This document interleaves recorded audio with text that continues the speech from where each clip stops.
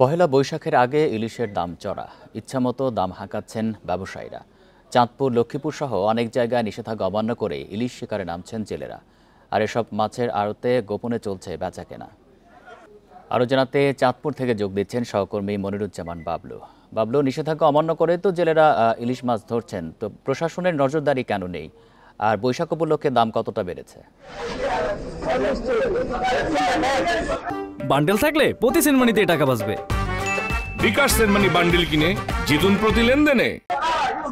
ইলিশের রাজধানী বলা হয় চাঁদপুরকে, আর এই ইলিশের রাজধানীতে এখন কিন্তু ইলিশ প্রকাশ্যে শূন্য, মানে প্রকাশ্যে ইলিশ বেচা কিনা চলছে না, তবে গোপনে বিভিন্ন আড়ত থেকে ইলিশ কিন্তু বেচা কিনা চলছে। আমরা গত কয়েকদিনে আমরা সেটি দেখেছি, বিভিন্ন আড়তে দেখেছি সকাল হলে এবং রাত হলে কিন্তু আড়তে জমজমাট বেচা কিনা চলছে, কিন্তু প্রশাসন বলছে তাদের কড়া নজরদারি রয়েছে।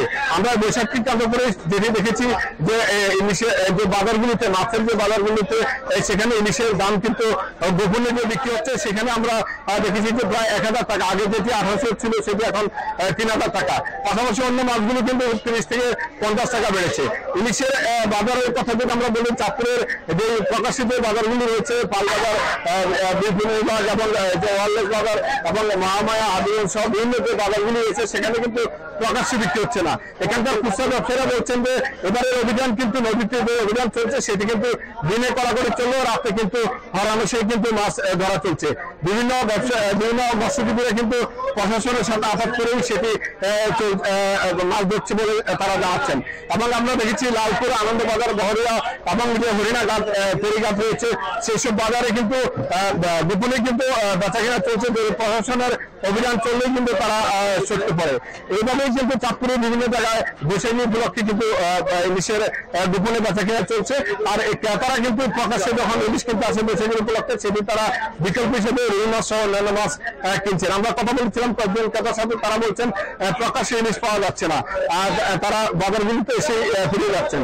অন্যদিকে কিন্তু আবার দূর দূরান্ত থেকে যারা আসছেন, যে অসাধু তত্ত্ব রয়েছে, তাদের সাথে আঘাত করেই কিন্তু তারা বিভিন্ন আড়তে যাচ্ছেন আর সেখান থেকে মাছ ফিরছেন। এরপরেও কয়েকটি বাজারে কয়েকটি খুচরা বিক্রেতা তারা গোপনে কোনো ক্রেতা আসলে তাদের সেই গোপনে তাদের আড়তে নিয়ে যায়, সেখান থেকে ইলিশ বিক্রি করছেন।